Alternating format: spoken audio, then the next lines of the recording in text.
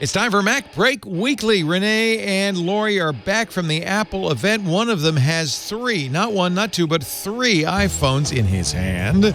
We'll get Renee's review and details, so lots to talk about there. Andy Ihnatko's also here.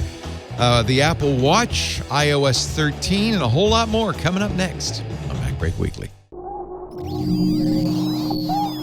Netcasts you love. From people you trust. This is Twit. This is MacBreak Weekly, episode 679, recorded Tuesday, September 17th, 2019. I'm holding one right now. MacBreak Weekly is brought to you by FreshBooks, the #1 accounting software in the cloud for self-employed professionals and their teams.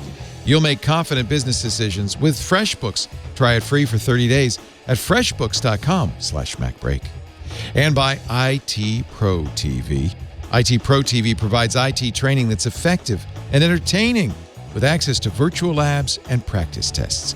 Visit go.itpro.tv/MacBreak for an additional 30% off for the lifetime of your active subscription.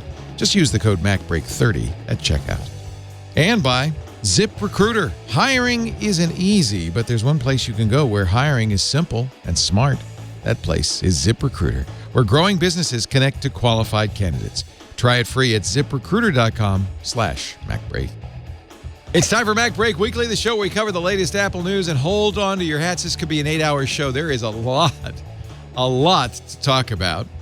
Andy Ihnatko and I were here last week talking about the new iPhones. It's great to see you, Andy. Great to be here once again. Appreciate your patience in the library there. That's okay. It's quiet. It's peaceful. I hope you brought something to read.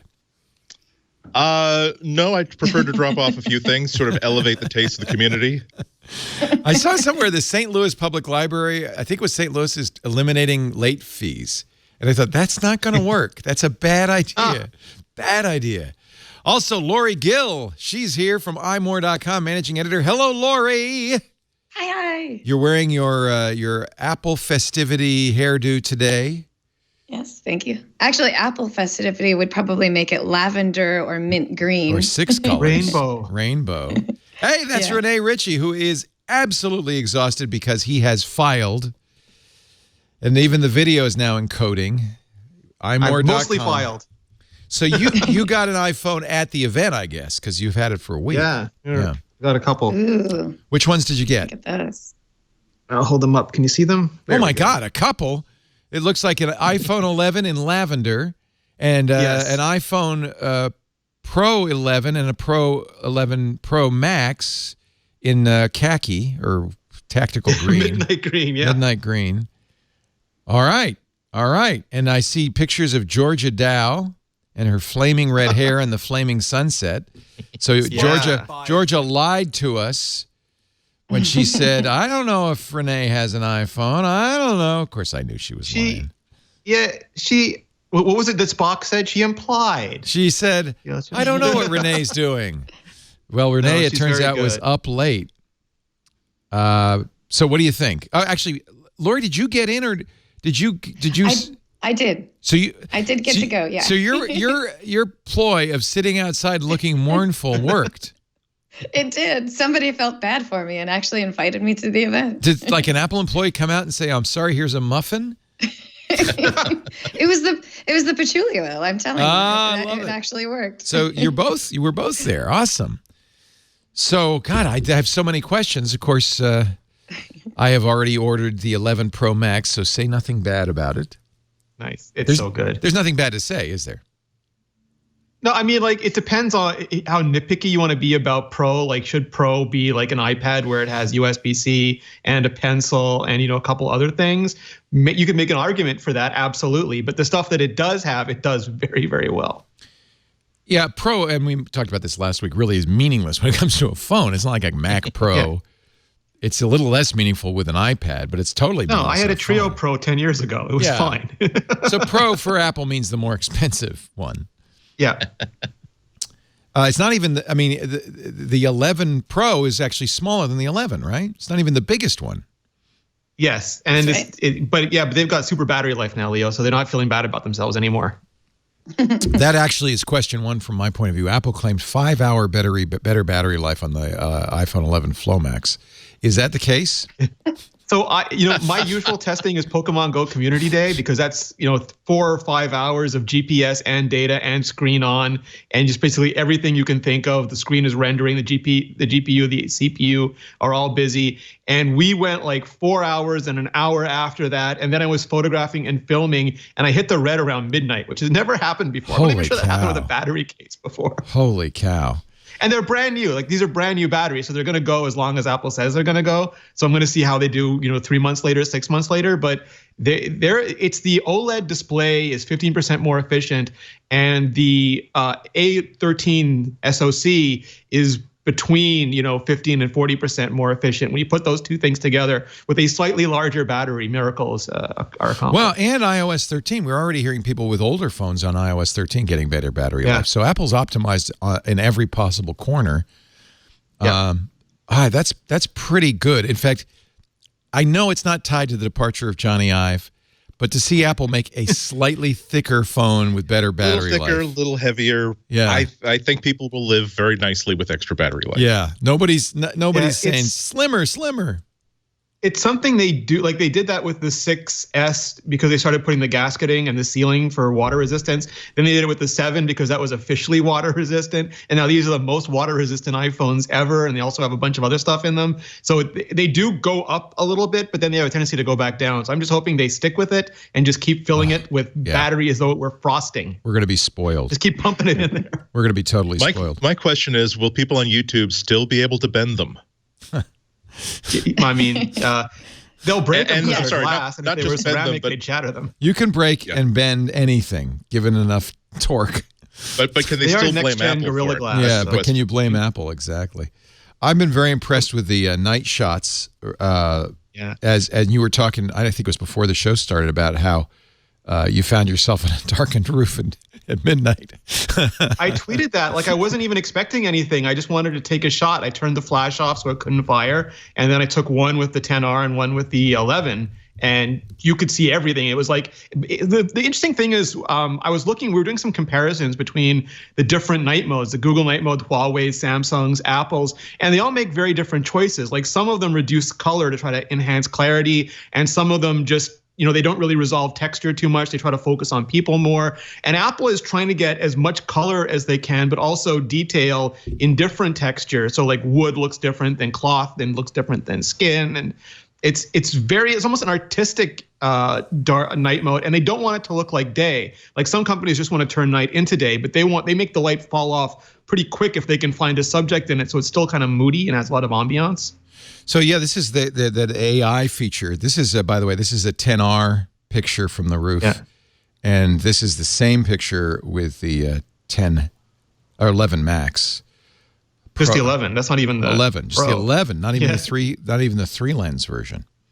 No. So side by side, you can. It only really shoots night mode with the regular camera, because that has 100% focus pixels, and it's using those to suck in as much light as it can before it does everything else. So what I understand, and you got briefed, so correct me, but the minute you open the camera app, it starts taking pictures. It starts understanding the picture using machine learning, saying that's a face, that's a brick, that's sky. And it also does an interesting thing that Google does not do. Much of this is similar to what the Pixel 3 did, but it takes a overexposed picture, an extra bright picture, throws that in the mix, then takes your picture, and you said that picture is with the one lens. Yeah. You don't have to say night mode. That's another thing. With the Google Pixel, you have to put it in night mode. This just does it. What happens is there's this little icon next to the flash that turns yellow when light gets dark enough, and it'll say 1 second, and then it gets darker, it'll say 2 seconds, gets even darker, it'll say 3 seconds. And then when you take the picture, you see a little tack line across the bottom sort of fly across, showing you how long you should hold the picture still for. And then once you have it, it sort of gets brighter and brighter in the viewfinder. So I say entertain you so you don't move too much while you're taking it. And then the picture will come up. And it takes about as long to save as the iPhone 7 did a portrait mode. So it takes like, a second to save, depending on how complicated everything is, and then you have the picture. And I think it's pulling information off the live preview. One of my favorite things about Apple's phones is they've always tried to make the live preview, like they fuse anything they need to make that live preview realistic. And so that's 3-second thing is pulling all the data out of the preview image that they're getting, so they can figure out, okay, this is a human face. I've got to make sure the color is right. It's got to look like skin. There's no face in this. I don't have to worry so much. This is a light. And it does all that stuff, like you said before. It pre-crunches everything so that you can get that picture when you tap it, and doesn't have to do it after you've taken the shot. It's also doing the portrait again. And boy, these portraits of Georgia are gorgeous. And I really think this is kind of neat. This is these are HDR. Is the HDR, actually Apple's calling it XDR, aren't they? So the display is XDR. It's smart HDR for the photos, XDR for the display. It's super. And that's really more just a callback to the Mac Pro display, the XDR display, than anything else. The peak brightness and sustained brightness levels. So these are smart HDR shots. Again, you don't have to tell it to. It just does it. In the past, Apple and other phones have maybe taken HDR too far, sometimes over-sharpening or over-softening, but these look pretty darn good. Or like Austin Mann exposing silhouettes when you actually want a silhouette as an artist. These really are just great. That's a beautiful picture. She has the sun behind her, which is what we were trying to do to see, all the light was basically behind her at that point. So that's historically something that iPhone has not done well, is backlight photography. In fact, Nilay Patel has a series of shots that he shows the 10R not handling backlight well at all, and the 11 doing much better. This looks great. Yeah, and again, like if it gets too dark for the night mode, it'll just switch to flash if you have the flash enabled. So it's sort of smart like that. And if you have a tripod or you can hold it on a surface, like you put it up on a surface, it'll do the night mode for up to 28 seconds. So they were showing some pictures that look like you pulled every star out of the night sky. Wow. All right, and now thanks to Snapchat, you can do 3D selfies. I don't even know what it is. Micah Sargent was showing me in Snapchat. And actually, you don't even need the new phones. You could do it with the older phone, too. You can get 3D selfies, which are kind of creepy weird. The only big difference with the Pro now is because when you do portrait mode, you use the wider lens to get the depth data. You now have 2 portrait modes because you can shoot telephoto with the wide angle depth data or wide angle with the ultra wide angle depth data. So you get both the close-up and the mid-range portrait mode, which is nice. Apple started with the iPhone 11, not the 11 Pro. Mentioned that the 10R last year was its best-selling iPhone. You think now that you have both, do you think most people should get an 11 and not a Pro? Yeah, I mean, first I just got to say that, the Wall Street Journal called the iPhone 10R beleaguered and a failure, I think 18 times successively in print. Boy, so it's were nice they to see it didn't give up on itself and just walk off into the Arctic and die. And I think a couple people have said it was the best, I don't know if it was IDC, but a couple analysts said it was the best selling phone in the world. Single phone, not conglomeration of phones, which is neat. Well, and partly that was battery life. Clearly sending 2 signals to Apple. Price and battery life are important to consumers, and Apple responded this year. And a little fun, a little bit of humor, a little bit of whimsy every once in a while. Yeah. But everyone should get the 11. It's and I'm not just saying, if you care desperately about OLED, because that OLED display is really, really nice. It's using Samsung's latest process, same one that's used on the Galaxy S10, and Apple's doing their own thing with it. So it's not exactly the same, but it's using that process, Apple's materials and their mitigations and stuff. But it looks really, really great. And if you really want a telephoto camera, those are the big differences. There are some small differences, like the waterproofing is better. You might like the textured surface better. You might really want 4x4 MIMO.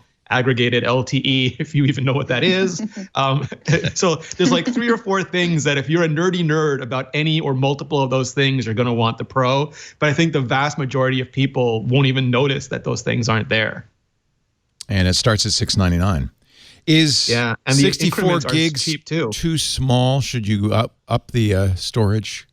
I would for two reasons. One is I'm at 69 gigs, so I would have to. But also, it's just $50. Like Apple traditionally is $100. Yeah. It's just $50 to go to 128, and that's pretty good. It's not the best deal in the world, but it's a really good Apple deal. And 128 is probably enough for most people, right? Let me be a different voice on that one, though. I have about 35. I've used about 35 gigs on my phone, and it's my daily driver. It's not like an extra phone. It's the one I use all the time. So not everybody is going to be using that much storage. So I'm thinking a lot of real techie people who do a lot of really techie type stuff, they're gonna ramp that up. Lori. But if you put a lot of stuff in the cloud, like I don't put music on my phone because I can stream it. I don't put movies on my phone because I can stream it. So if you're doing a lot of stuff in the cloud, you don't actually need 128. But Rene is right. It's only $50 more if you wanted to go for it. Oh, the other thing is you might be using the camera more. You might be shooting a lot more video. Both of these are spectacularly good. That's the kind of thing that fills up a phone fast, although you can offload it. Yeah. Now that 60 frames per second 4K is available in different in more modes, now that you have a much better display with spatial audio, you might find yourself thinking, well, I may as well download stuff from Netflix and keep it on my phone instead of watching stuff on my laptop. The thing about storage is that you can't add it later. So yeah, for $50, particularly with a phone that I think is designed that you will just find yourself immersing yourself in this up to the neck as soon as you start getting it. This is you have to factor in how much are you going to love this phone, how much are you going to hate not having whatever experience you want to have, having it in this phone as opposed to switching to your tablet, your iPad, your laptop, whatever. And from everything I've had a much more regular sleep schedule, absolutely, than Rene. but mostly it's like finding out that like some engineer has responded to an email like at 2:30 a.m. and I know that if I reply right away and get them on chat, I can actually fire questions before he has to go to work and I have to go to bed. And every single thing I'm seeing about this phone really does say that this is a phone that you are there's very, very little reason to get off the sofa,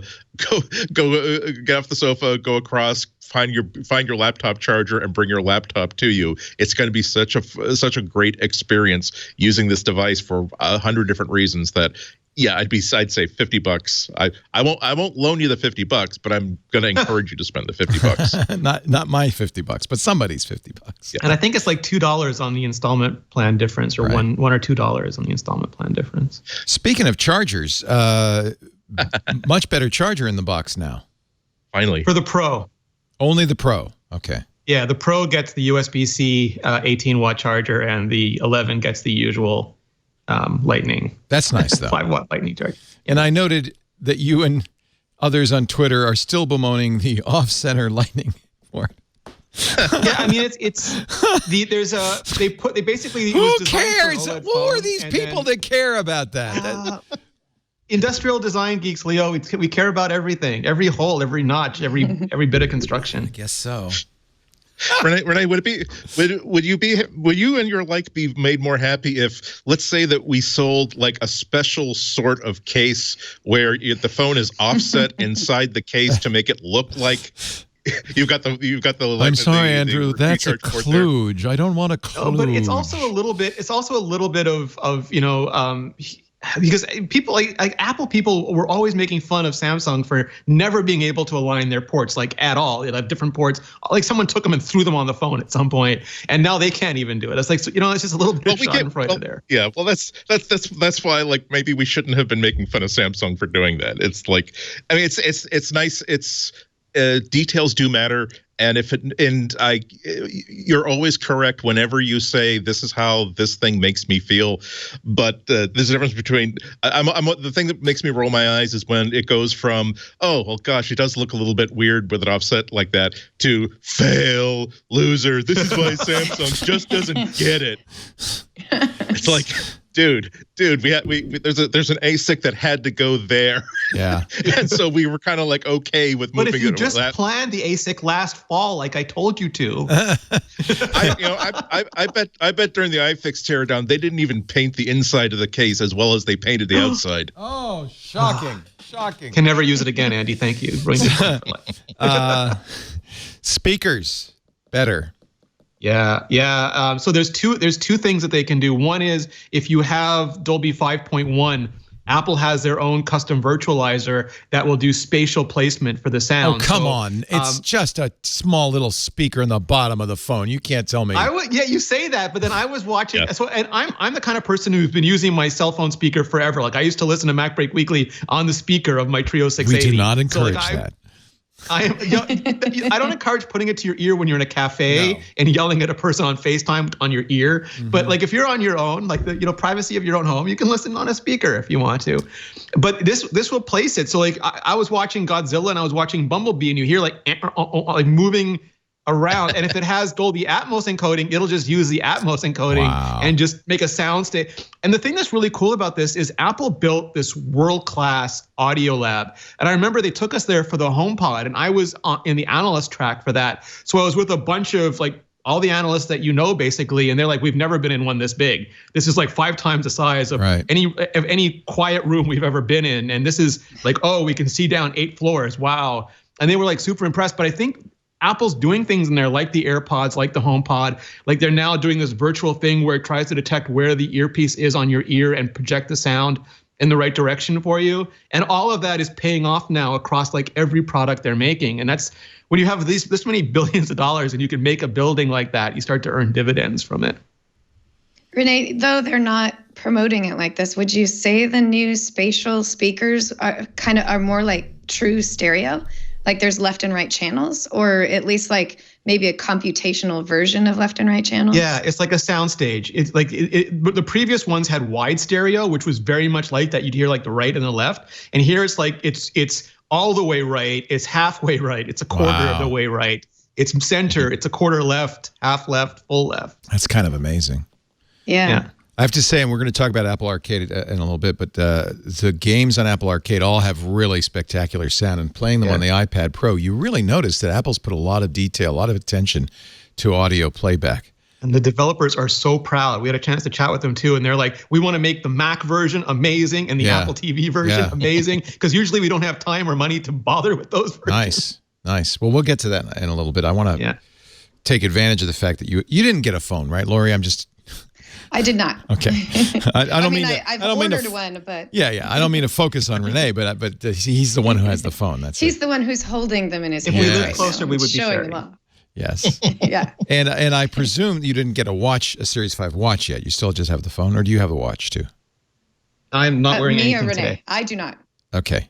And Rene's not wearing it today. I'm sorry. Yeah, exactly. I'm sorry, but okay, got it. The embargo's not off. I understand. Rene, that's fine. I'm having a laugh at your expense, but I am also the person who snuck like a pre-release phone into the studio. I remember that. Hidden inside a case for an older phone. So we are just. I learned from watching Andy on Andy's very good. People would ask him, and he would be like, "What is that over there? Is that a bird?" Yeah.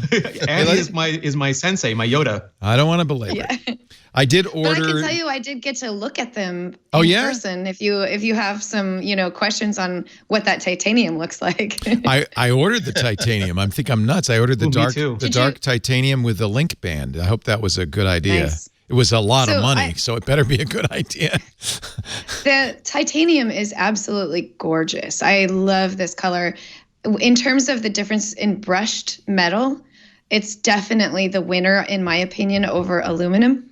And then when you're getting into that comparison between the polished metal of stainless steel versus the brushed metal of titanium, it's a little more complicated as to what you like better. But I absolutely love the way that titanium looks. It's deep and rich, so it really feels like real jewelry when you look at it. It's gorgeous, and I think I don't prefer the black case, but in terms of between the two titanium colors, I prefer the black just because it has this nice shine to it, even though it's brushed. So it's really, really gorgeous. You're going to love it. I got the right one. Thank God. I got the same one.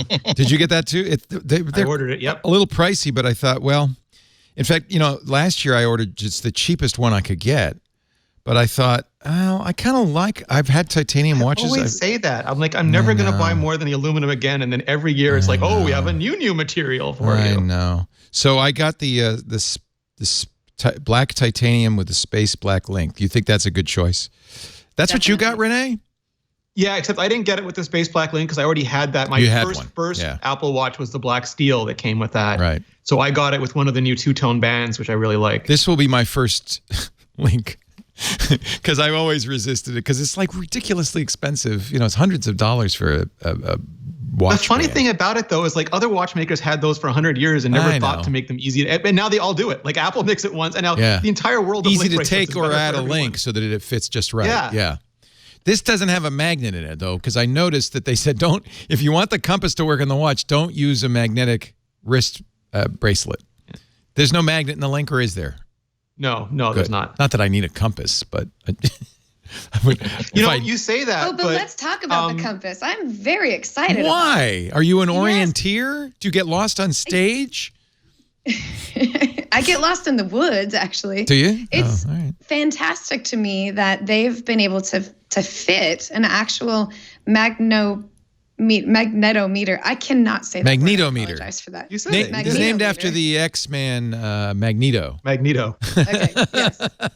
Into that tiny little Apple Watch. And it's not digital, or it's not based on, That's GPS what surprised tracking. me. It's not GPS. It's a compass. It's literally a magnetic compass.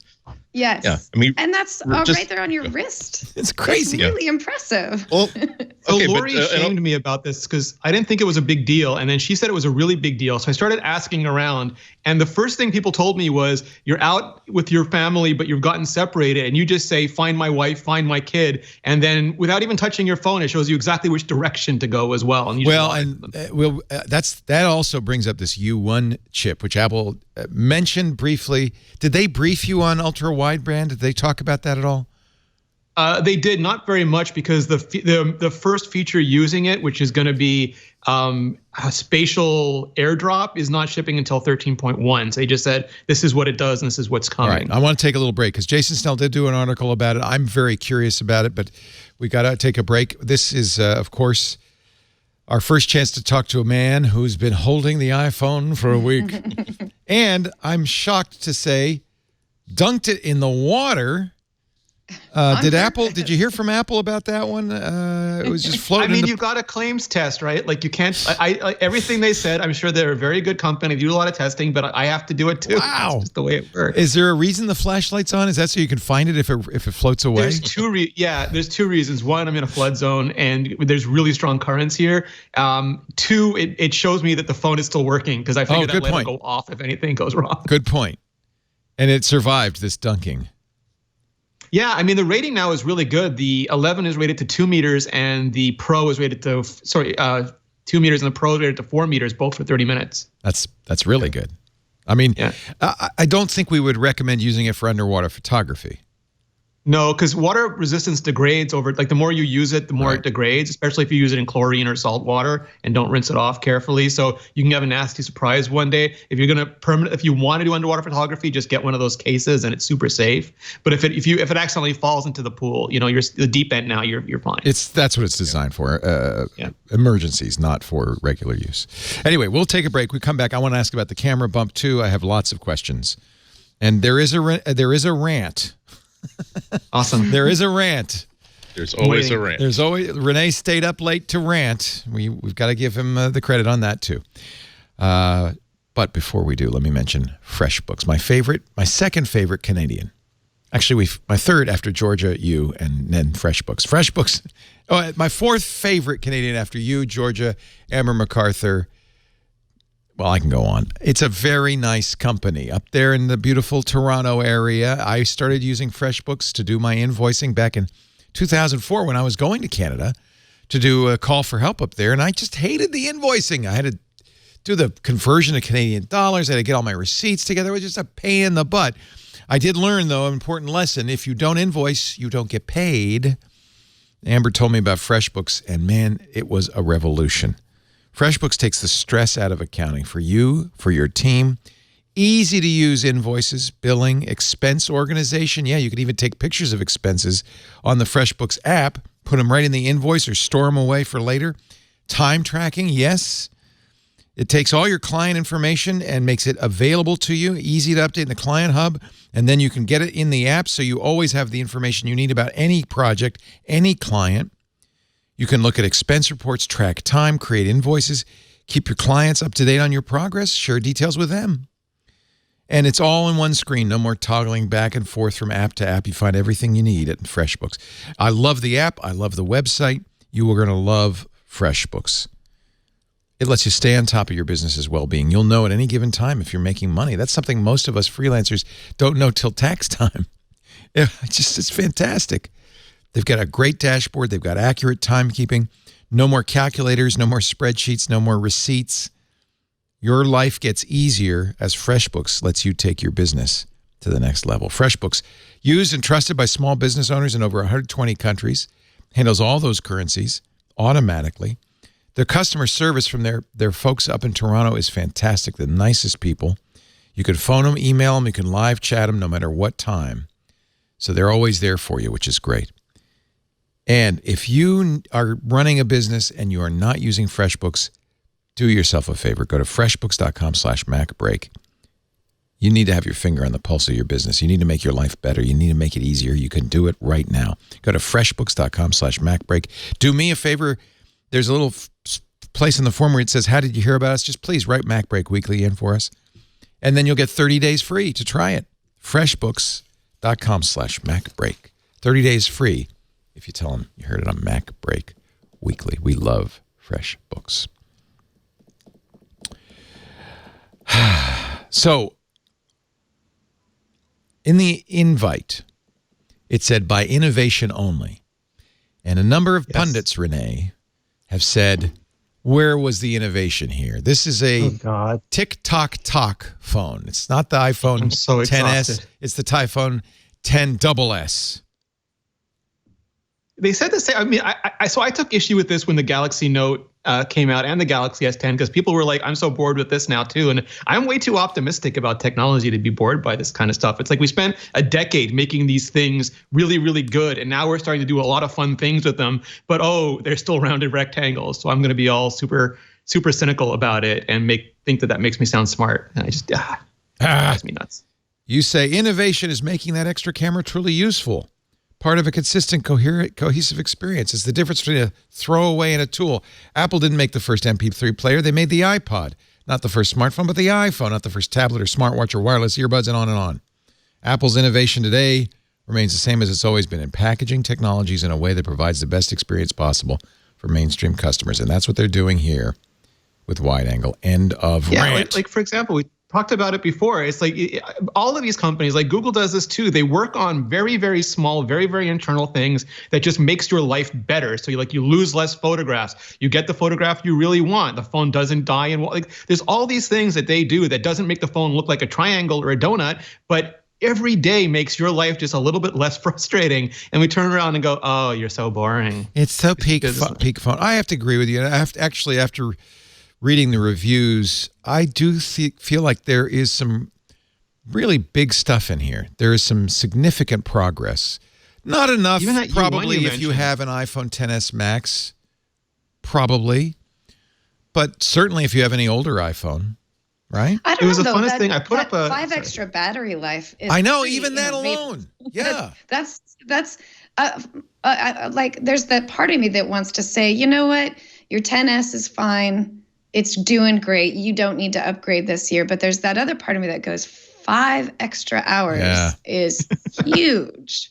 Yeah. That's a and big that's the kind of thing that doesn't sound like innovation. That sounds like, it's incremental improvement. But to remember that they had to change the operating system. They had to change the processor. They had to change everything. The panel to make this work. That's innovation. I think that qualifies. And I put up a Twitter poll because everybody was saying that they don't buy it. You don't need to upgrade. So I put up a poll saying, are you going to? And they're like, yes. I'm talking about other people shouldn't do it. And I think the people who buy the XS, not that all of them are going to upgrade, because some people certainly buy a new phone every 4 years. But there are just some people who are geeks and always they buy 3 phones a year. Yeah. Like there are different rules for different people and how they choose to budget their money, and it's their business. And I feel like we shouldn't tech shame them. Have you had a chance to play? Go ahead, Andy, and then iPhone. Lori. Hold on, Lori. Go ahead, Andy. Yep. Yeah, and also this is a really great under the hood innovative upgrade. I will only say that they kind of stuck their neck out by putting innovation right there on the invitation, which means that you are going, okay, if you say that this is about innovation, we're gonna get out the innovation test kit and really look at everything that you're doing here. But that said, it's not. This isn't the sort of thing where I think that you're gonna feel as though you missed out by buying it this year instead of buying the iPhone 12 next year. The fact that they're really first off the blocks with Wi-Fi 6, the fact that they are doing ultra-wide networking, that all these radios they put it underneath there that will not just give them great things to demo on launch day, but also a reason why they can say, oh, by the way, we're introducing this new feature that we couldn't have done if not for the fact that we had put this really cool new radio inside this handset, knowing that we're no way we can make this deadline in September, but for January, for iOS 13.2, for 13.1, you're going to continue to get value out of this phone. So no, I'm not disappointed with this phone at all. This is not even a talk prime. This is an excuse to kind of drop the TikTok paradigm entirely. Yeah, that's a bad There's so paradigm. many services now that allow you to upgrade your phone every year on sort of a lease to own plan. And I think that question of should I upgrade this year becomes a little less important when you're on an iPhone upgrade program, or the AT&T Next or whatever your services that you have, like you can just trade it in for another one. It's you're continuing to pay for a phone, but if you kind of think of it as I'm leasing to get to the next phone, then yeah, every year you should upgrade, every single year. And in fact, this year, if you were on the 10R last year and you upgrade to the 11 this year, you're saving money because it's less expensive than last year's phone. So that's, pretty awesome. Yeah, good point. I bet it does sell a lot of the Apple iPhone Forever plans. Yeah. Because people are going to want these upgrades, I think. It's sufficient. Let's put it that way. It's a sufficient upgrade that it's something to make you lust for it, even if you decide to be fiscally prudent. Do you miss 3D Touch, Rene, or is the Haptic Touch good enough? I thought I was going to, because I really like 3D Touch and I really use it. And I know that I'm probably not the majority there. Yeah, I'm the only one. But so there's two things that I do like about it. One is that Apple never pushed 3D Touch out past the iPhone, which meant like all the cool home screen shortcuts that you could use, all the stuff you could do with it, you just couldn't do it on the iPad. And then I would forget, sometimes to do it. And also, there was a lot of collisions. Like the difference between a long press and a deep press, it's easy for some people. It is really not easy for other people, that kind of muscle coordination or just eye-hand coordination. So people were like, I just want to put this folder in jiggly mode and it won't do it. And I'm going to throw this phone if it did. Like it was really frustrating for some people. So what this does is it makes it all the same all across iOS 13 devices. It works on your iPad.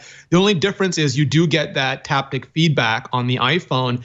And it feels about the same, and it does almost everything that 3D Touch used to do. The only things it doesn't do are the things that actually depended on real pressure data. So when you would hold the space bar, turn it into trackpad mode, and then deep press to alternate between text selection and cursor movement, you can't do that anymore. You have to use the two fingers like the iPad, and I find that harder on the iPhone screen.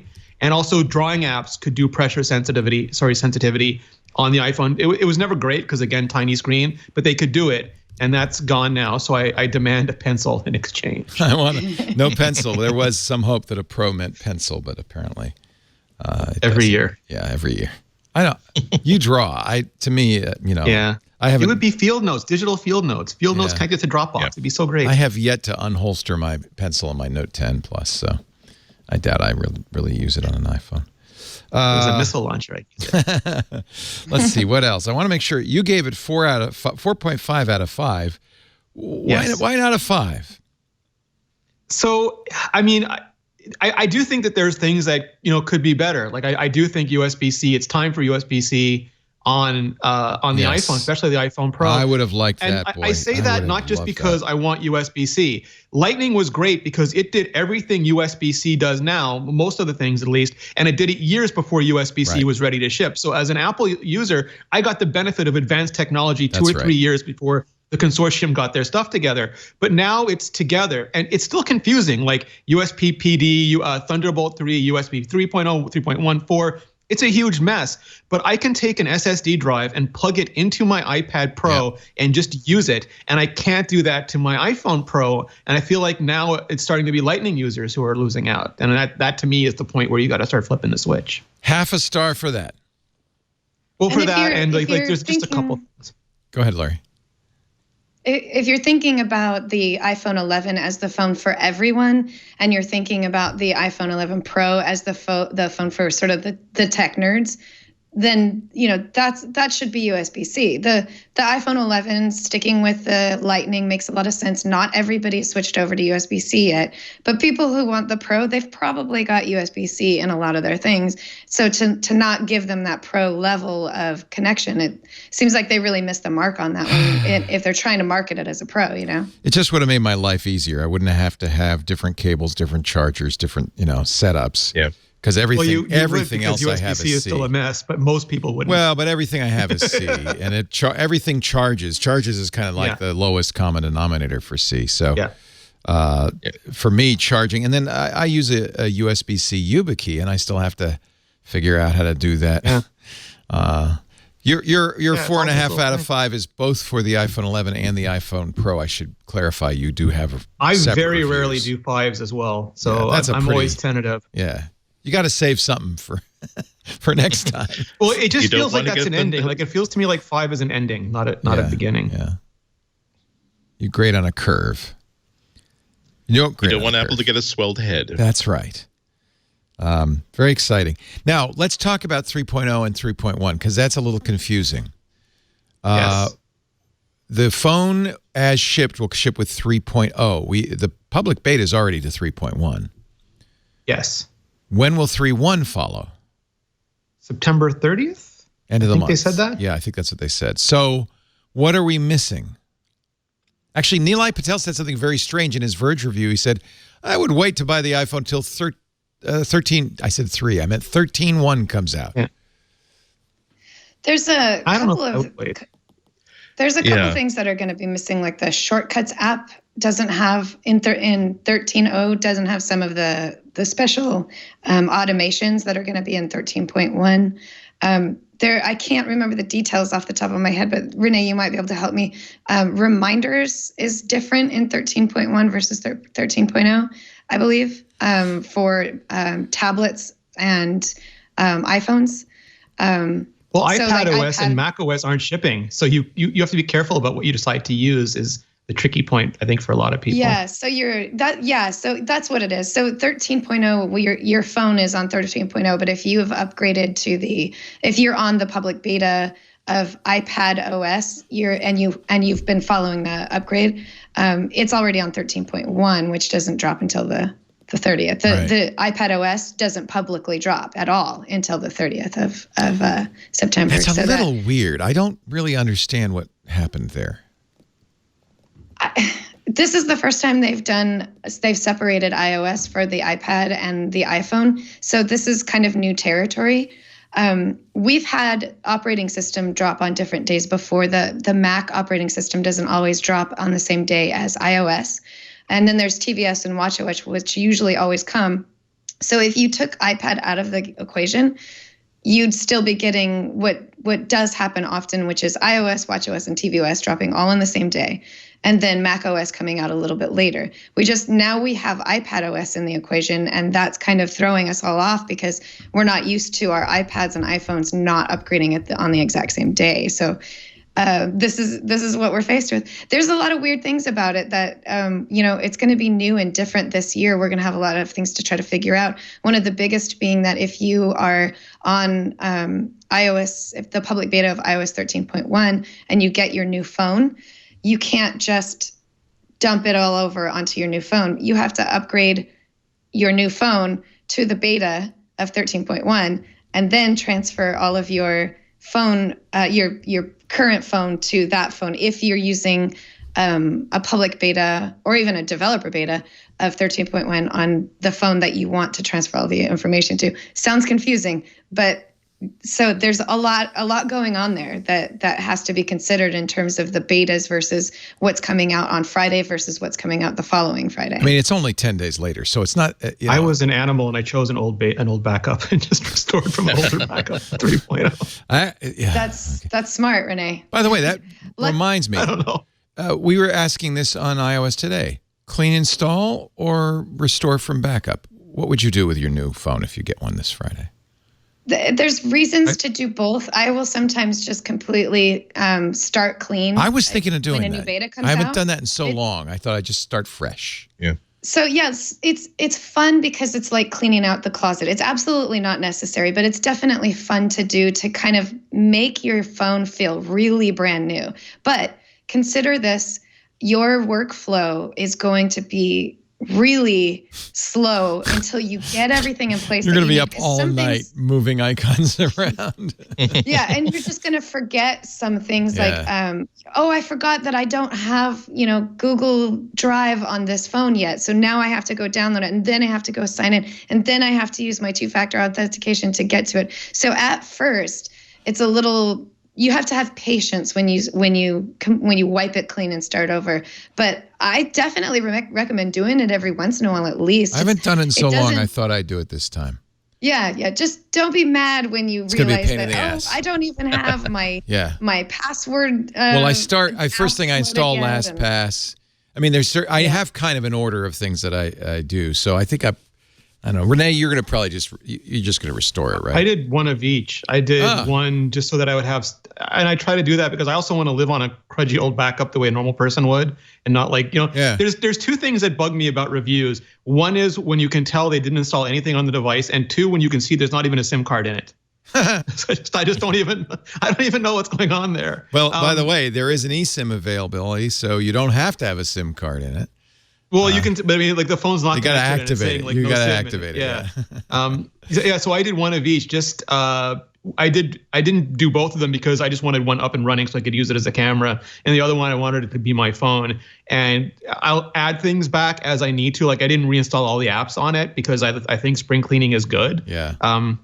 But it takes too long if I do all the phones brand new. I'm just missing, like I can't even tweet it. I think this is a big enough change in iOS, a big enough hardware change that I kind of want to go through the setup from scratch just to understand it better, to go through all the settings to get a better idea. So many disclosures, Leo. Like there are so many things that tell you what they're doing now. It's yeah.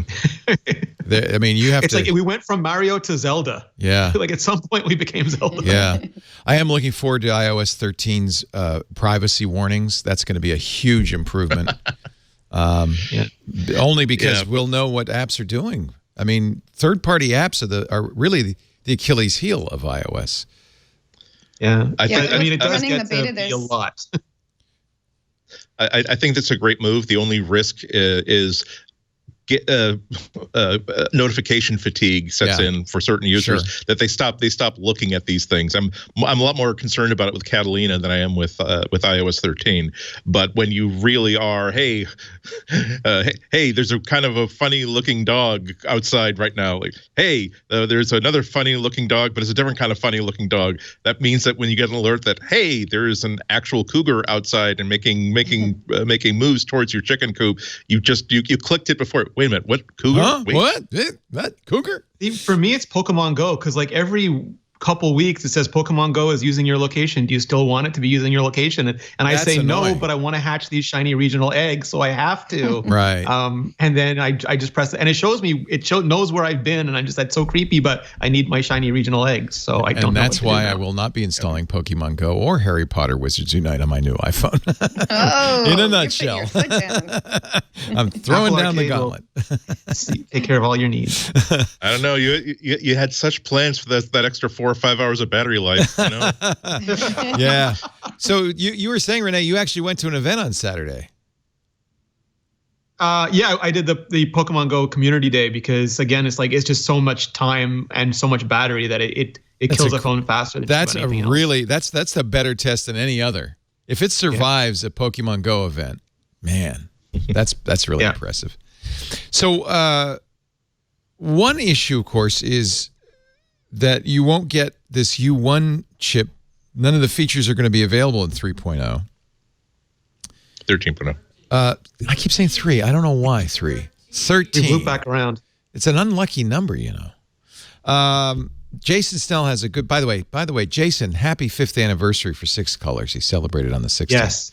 That's really awesome. Congratulations. Great article by Jason. The U1 chip in the 11 is the beginning of an ultra-wideband revolution.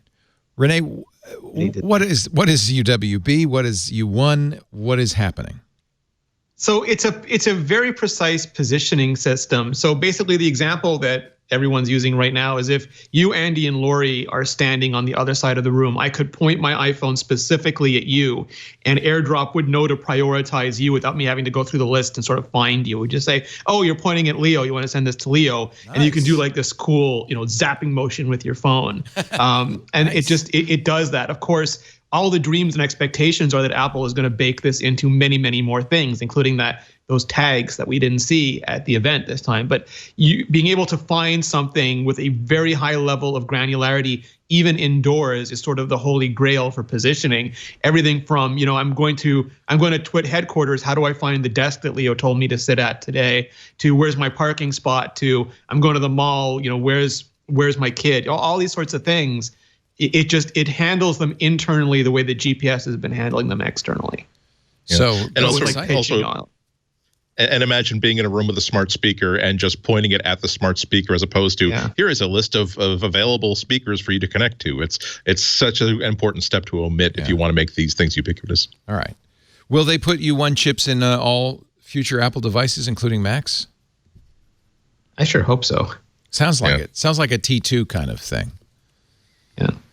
It's a feature. It's a feature that spawns other features. So, especially when they put it in the hands of developers, you get an app like Halide Camera that really gives you the example of what if a company can put really good hardware features and APIs into a system, and then the built-in app that it gives you takes advantage of it, or the publicized feature takes a good advantage of it. But wait until you get it in the hands of somebody who is someone like the developers of Halide. That is, we can now make the most awesome camera app that cannot be matched on any other platform everywhere, because we're going to dig into what this hardware can do, and we're going to come up with ideas that are either too risky for Apple or that Apple had never considered. So this is why I hope that this becomes a feature of every single Apple product that comes out there. That could be a real switch sort of feature. That why is it that your products are so much easier to connect to each other and are so talk to each other so much more naturally than my mixture of products from 3 different manufacturers at home? It's like, well, because Apple has this quote standard unquote that only works with other Apple products. And I hate lock-in. I hate when a feature that might have been developed so that any developer or any hardware platform could support it is only supported by one. But if it's good enough and I drop my phone, then maybe I will replace the Android phone with an iPhone if I've been at a friend's house too often and been too jealous. Yeah, by the way, I should point that out. Andy is an outlier here. He is not buying the new iPhone because he uses an Android phone. Yeah, I hope to get one in for review in the next 2 or 3 weeks. Usually I wait until the second wave anyway. But I will say that a lot of the reasons why I switched to Android in 2013 are either now irrelevant or mitigated by other advantages of the iPhone platform. So I'm not saying that I'm planning to switch this year, but I'm saying that this is the year that when I get my review unit for the next 30 or 60 days, I will be thinking, now, Andy, imagine a world in which you can have this phone forever. Yeah. and because this is also like the year that I do have like the money specifically like under the mattress for like a new Pixel, because I'm still running the Pixel 1 and the Pixel 4s come out this year. It's like there's going to be a time where I'm going to have both phones and I'm going to be like, you know what? I hate in like principle. But this is how these things work. Again, in principle I absolutely hate lock-in, but I have to also say that as a consumer, sometimes you want the practical solution as opposed to the principle. And the thing that is really getting me sort of one of the things that's getting me really interested in looking at the iPhone as a consumer again is if I had an iPhone, I could have an Apple Watch and not have to only use it just as a detached fitness watch that only syncs back when I fire up get back home and fire up my my iPhone 7, which is the latest one that I own. That's how they get you. Which is not bad. I mean, this is in a way I don't want to be complaining that God, how horrible of Apple to make such wonderful products that I actually want to buy them, but nonetheless, they get you. Nonetheless, the citizen activist journalist in myself saying, naughty Apple, you could easily make this Apple Watch Android compatible, particularly as you're assuring people that you don't need to keep it attached to your iPhone day in and day out. Shame. Yeah, I want the titanium black and also the shame. Andy, what are some of the features or some of the reasons that you switched in 2013? You kind of casually said like some of those aren't really relevant today. Give me an example of what made you switch then that isn't really relevant today. For one thing, like sharing data from one app to another was an absolute mess.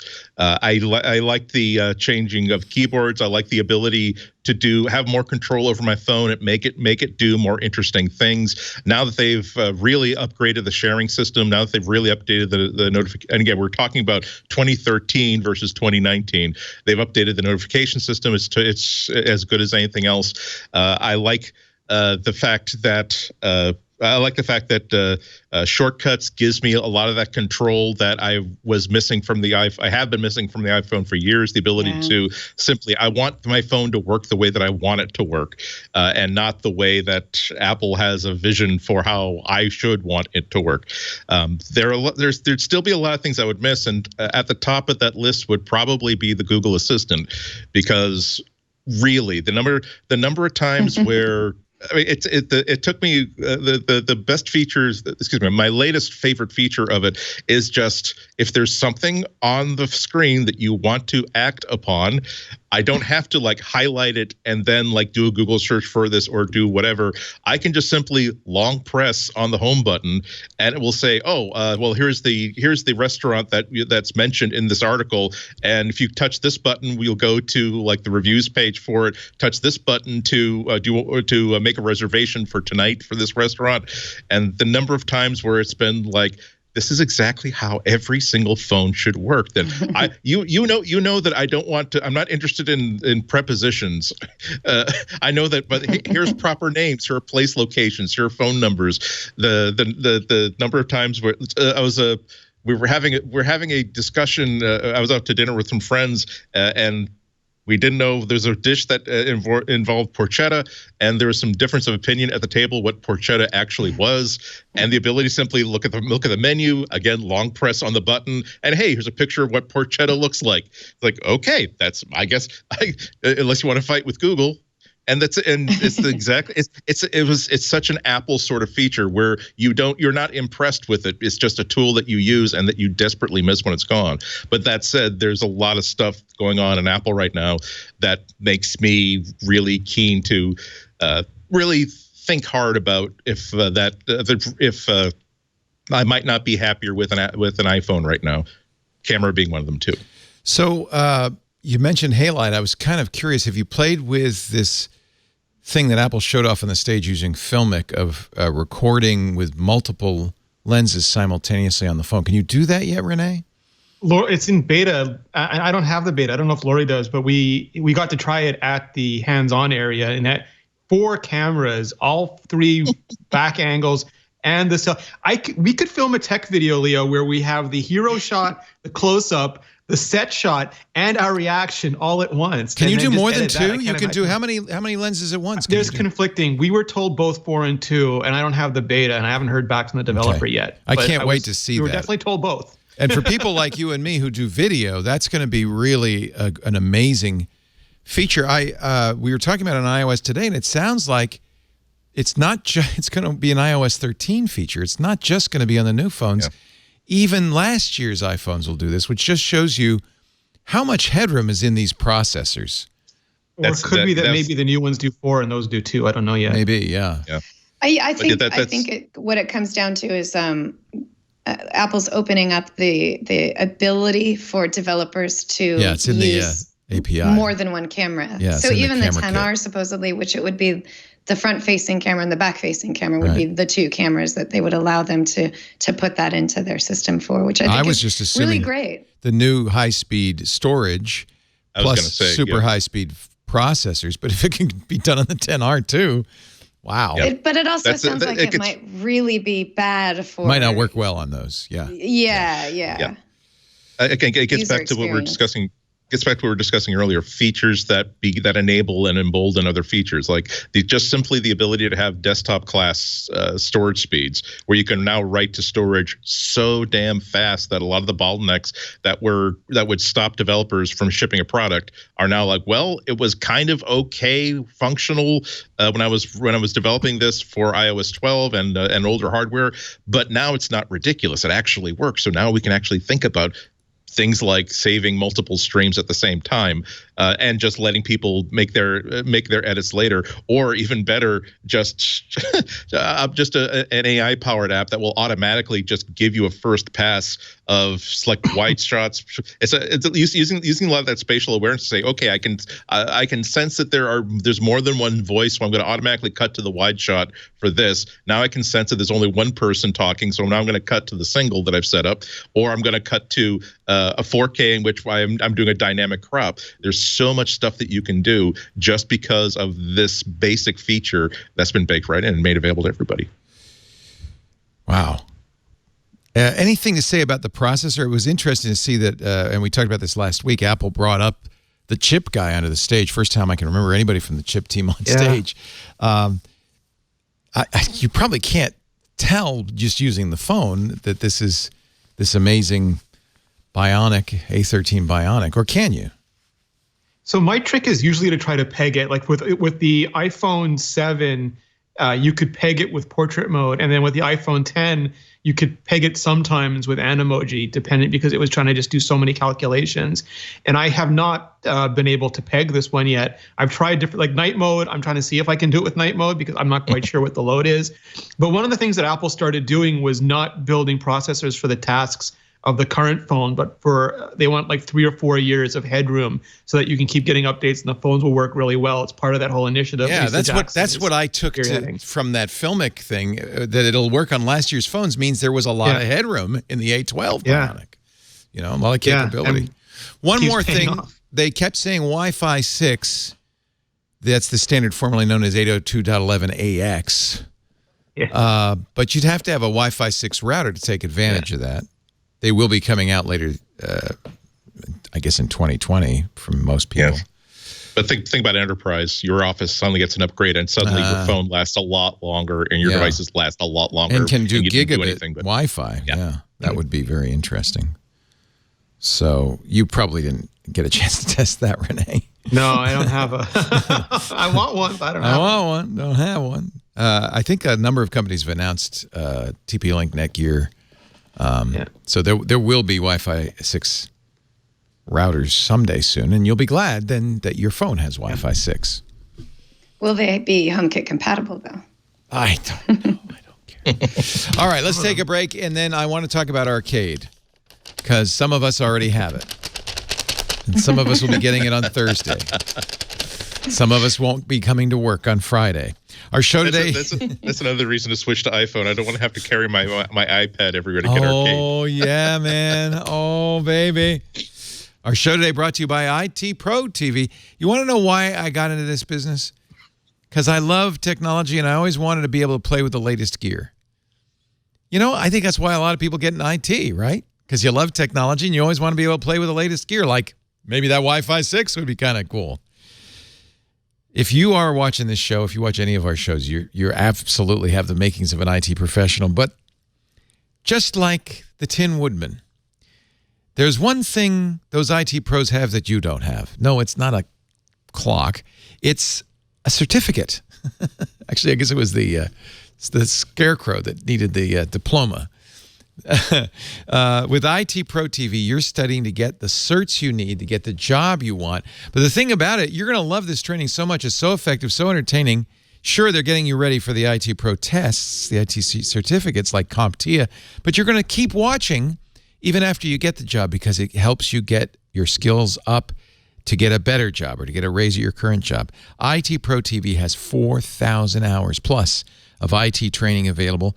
They're the official video training partner for CompTIA. In fact, they have 12 CompTIA on-demand courses, A+, Network Plus, Security Plus. So you can get those. Those are probably the most in-demand certificates. But they have them all. They have them all. It is an amazing place to go. You will really love it. And they have a standard membership, which is video only, or a premium membership, which is the video that includes also labs and practice tests.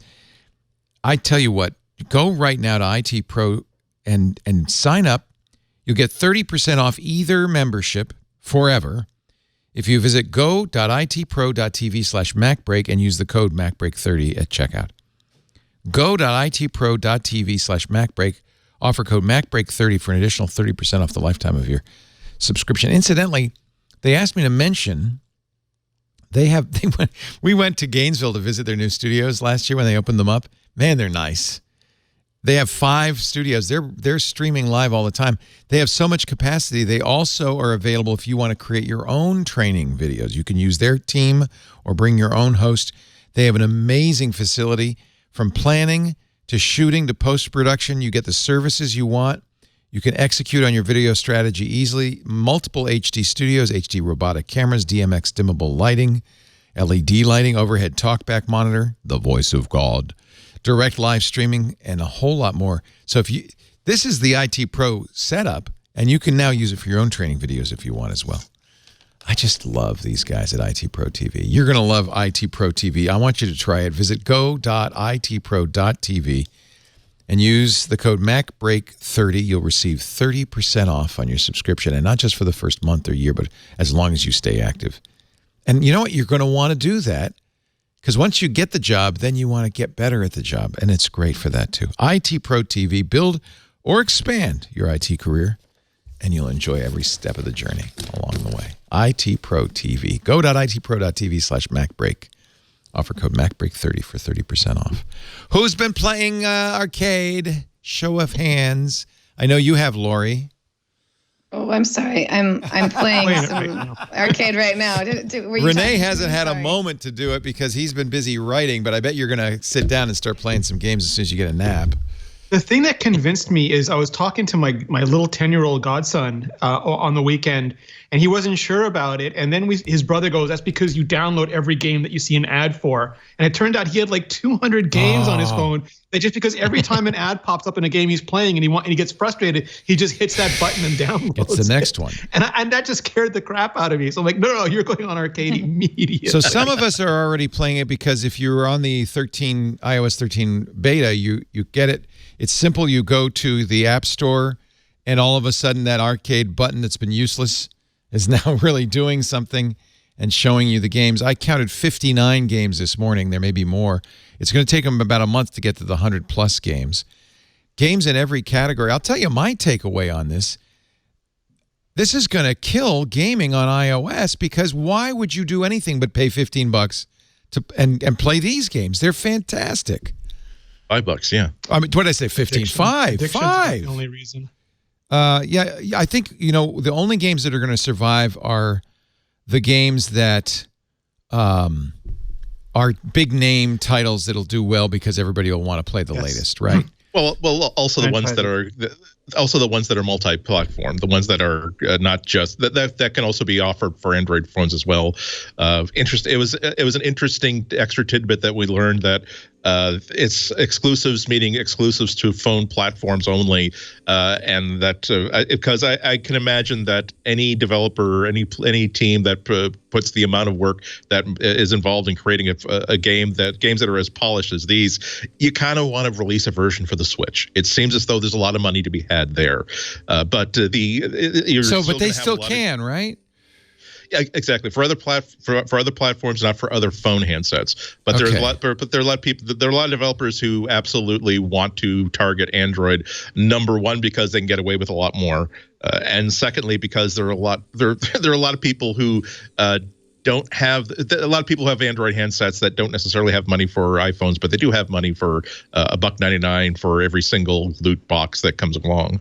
This is, I mean, my take on it was that these are the games that are made by the developers who, they would not be able to survive making these games for iOS or Android in the open market. There's just like there wouldn't be enough pay to play. Like the gating would be obnoxious. They'd have to deform their game too much. They wouldn't have the money to do it, to take the risk for it. And this just like, because there's some really cool, moody, experimental games in here. Yeah, there's some really odd games. That's right. That's right. Yeah. So this is what the golf. Sure. This is what the golf, which is not the first one you might pick up because you might think it's a golf game. It's really fun. Now I'm playing with bowling balls. I wish I had. Oh, jeez, Louise.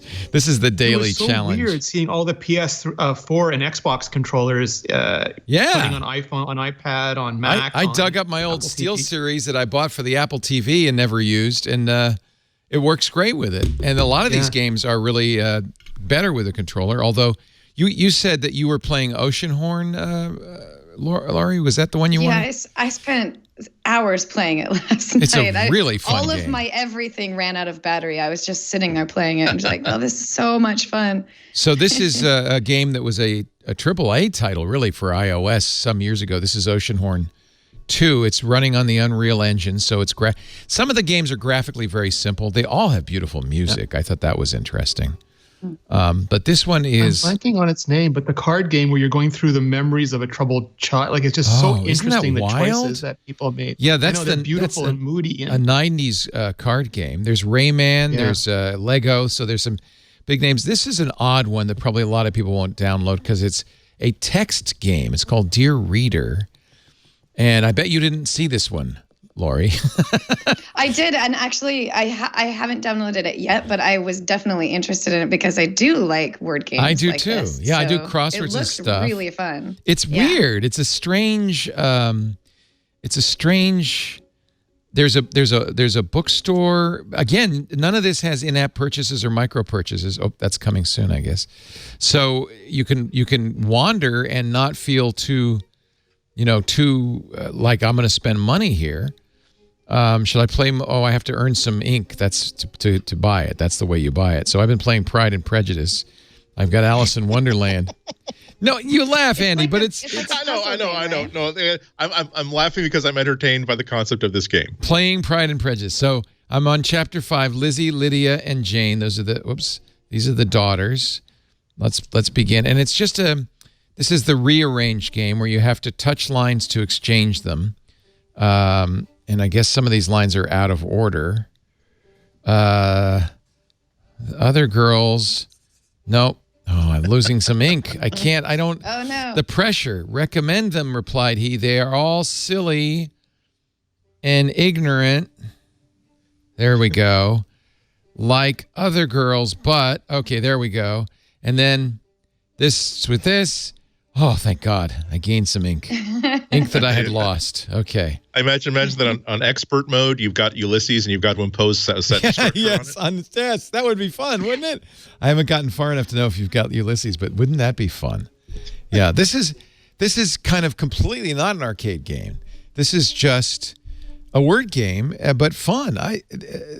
They do download just like any app would. In fact, there is no search in the arcade tab, which is a little weird. So if you're trying to find a game, you actually search in the regular app store.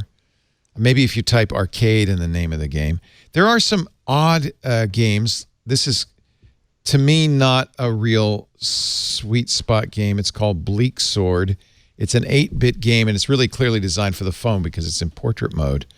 But it's a little odd. Devolver is one of the titles that has one of the studios that has quite a few games on here. I did notice, Rene, that some of these studios or some of these games say produced by Apple, which I'm going to take to mean Apple gave them some bucks to do this, right? Yeah, I get this strange vibe that Apple feels, and they should, responsible for the current state gaming, at least co-responsible, because the entire, there was this race to the bottom and pay to play and all this stuff that just happened. And there are like people like to knock Apple and say they're not, they don't get gaming, but a lot of them are gamers. They just thought that casual gaming was the sweet spot, and it probably hasn't played out the way everybody hoped it would. And this is sort of like with great power comes great responsibility. Spider-Man mea culpa, where they're trying to invent something just nice that people can play. That is one of the concerns I have, though. Apple really is capable, as you can tell, by changing small rules in the App Store, of changing the whole ecosystem, as you pointed out. Oh, I lost. It's partially Apple, but it's like us and developers. It's like what happens when like wooden toys don't exist anymore. And like when you take away scarcity, you come to an age of ubiquity. We have now pop apps and pop games. And that's a very different market than developers had, where there was huge constraints on software still. Right. I worry that this is going to change things, though. That, as I said, this is going to change the experience of game developers in the App Store. If you're not an arcade, do you even have a shot? Why would I? If I pay $5, I got 100 games. 2 shots. I the am franchises satisfied. and the cross platforms, I think, will still do very well. I'm totally satisfied. Okay. And I also think there's a lot of game developers and larger companies that don't want to participate in arcades, so they're going to work harder to provide good quality games for people to play, instead of those sort of throwaway, download and play and give me all your money games. They're just going to have to work harder. The sort of normal now today is download a game for free and then spend $500 micro purchasing your way through the game. And I think Apple Arcade will change the face of that by saying, stop doing that and make good games that people want to play and they're willing to pay upfront for. I personally will pay $5 a month for Apple Arcade, and I will go buy other games for $5, $10, $15, and then I'll go buy games on my Nintendo Switch for $60, because there's different levels of game Well, I players. don't deny that it's not going to hurt Switch or Xbox or PC gaming. I'm not saying that. I feel like, though, it's going to very much change the ecosystem on the Apple game store. I mean, I don't know why you would buy anything but this. You pay the $5 a month, and you've got more games than you could possibly play. Well, for some people, that's enough, but for others, they want more than just what's going to be available in the App think Store. You're going to see a complete decimation of the game, of non-arcade games. I think that there are still 2 big questions yet to be answered, or at least I don't know the answers to. Number one, how much money is each developer going to make off of this contribution to arcade? Yeah. And secondly, how much control is Apple going to inflict upon the creator of this game? All the way from, hey, your music track is okay, but it's not great, and it doesn't take advantage of this new spatial sound system, so we're not going to let you you're not going to let you approve it for our system until you fix these things that we don't like about your game, all the way to, we think this is sort of a touchy issue and we don't really want to, it's sort of, your game is a little bit icky, and it's not going to hurt. Wondering, it's not going to hurt Fortnite. I grant you that. Right. It's not going to hurt Fortnite. But if I'm a developer, I'm going to look at another platform at this point. I would not. Maybe it could be. It's also possible that Apple Arcade is going to be sort of like how every actor, every like big time actor, kind of their dream is to make 3 movies in a row that are superhero movies that make $1 billion at the box office, that guarantee that they don't get paid a penny less than $20 million plus 5% of gross receipts. But they also want to make the 4th movie to be an Oscar sort of contender movie that will make absolutely nothing but will elevate their profile and their prestige. It's possible that this is going to be like a game studio that really wants to make, here's the beautiful game that we can't possibly put before have a success with in any other fashion than with Apple Arcade. But we also have our own work that we can't make a game like Cuphead underneath the Apple Arcade system, so we're going to do it that way. Yeah. Does the mermaid really have to be wearing a seashell bra? Can she be wearing sort of a onesie? It's like, I just think it's really important to understand that Apple did change the gaming space with just micropayments, with small rules that Apple makes. are gonna absolutely change things. And this is not just a small thing. This is really this is a whole new world for gaming. And I don't know. Karsten, what about your kids? Do they ever play iOS games? Do you think? We are an Android household, okay, so you don't. But if we were an Apple family, we would absolutely have this. Yeah, you get what, 5-6 people, $5 a month. Yeah, there's no question in my mind that unlimited games. There's games in almost every, not every category, but many different categories. So if you're a tower defense gamer, or if you like platformers, if you like 8-bit games, there's choices for you. There's sim-style games. There's nothing like Minecraft. There's nothing like Fortnite. Yet. Well, but see, I wonder if Apple I don't see any first-person shooters exactly. There are weapons, but they're all kind of like, shooting a pie cannon. Yeah. I don't think these games are going to focus on Minecraft and first-person shooter games. They're arcade that last games. Forever. They're arcade games. Yeah. They're going to be games that you'll play for a while, and then next month's games will come out, and then you'll play those games. By the way, they do have multiplayer, it seems to be. We were playing Hot Lava earlier, and it looked like there were other people jumping over the lava in the room with us. And there are definitely scores of other people. I was playing this is the Frogger game that they showed off, which is a heck of a lot of fun. They've really actually taken Frogger to the next level. But I was playing a fun game where you're doing kind of solving railroad. Here, I'll show you. It's like a railroad game, except it's not. It's a highway game. Where was it? Mini motorways, where you're creating an urban landscape, and you get to choose the city, and they already have top scores. So there are other people playing these. This is, I think, this is Los Angeles, and I've got to build these freeways. There's, you get parts. The week is going by. I've got 46 cars, but I'm starting to get some congestion over here in the red. I could get more red people. Let me drive. Oh, I don't know what I'm going to do here. Let me build a highway around here. Oh, I got to destroy that now. That's a waste. Oh, I feel like time is. Oh, I'm off the board. Oh. Anyway, you get the idea.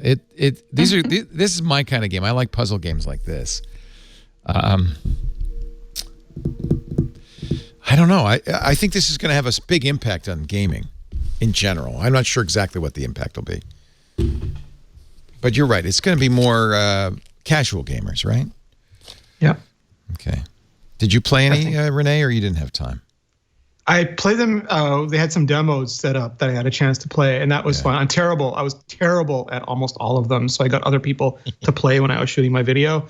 But I did manage to fall off of very many things. Yes, there's a lot of falling. I get squashed by very many things. A lot of melting and falling and squashing. Yes. We're going to, by the way, Chris Velasco from Engadget also has his iPhone. His review is up. We will have him on Twitter on Sunday to talk as well about this. So we will have more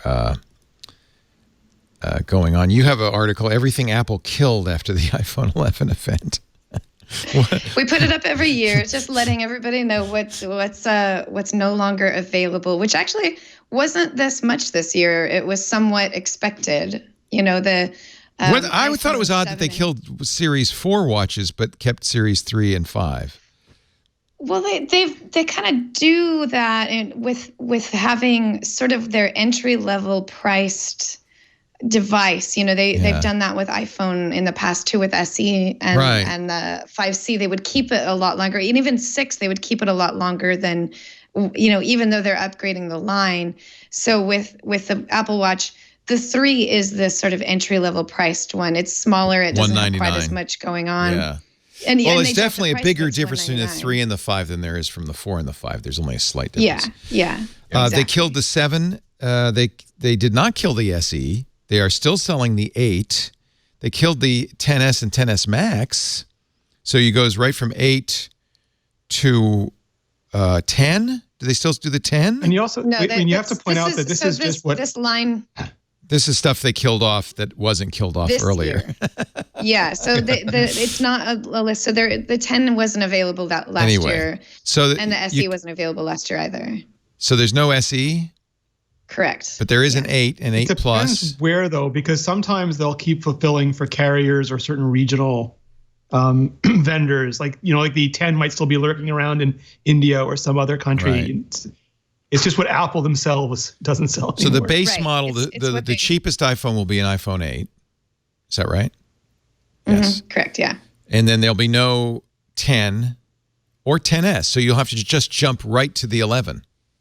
Oh, Correct, that's interesting. Yeah. Okay. Well, the 10R. The 10R is continued. Okay, good. Yes. So iPhone 8, 8 Plus, that's right. 10R, Right. I forgot. 11, 11 Pro. Okay. So that's, that's a lot.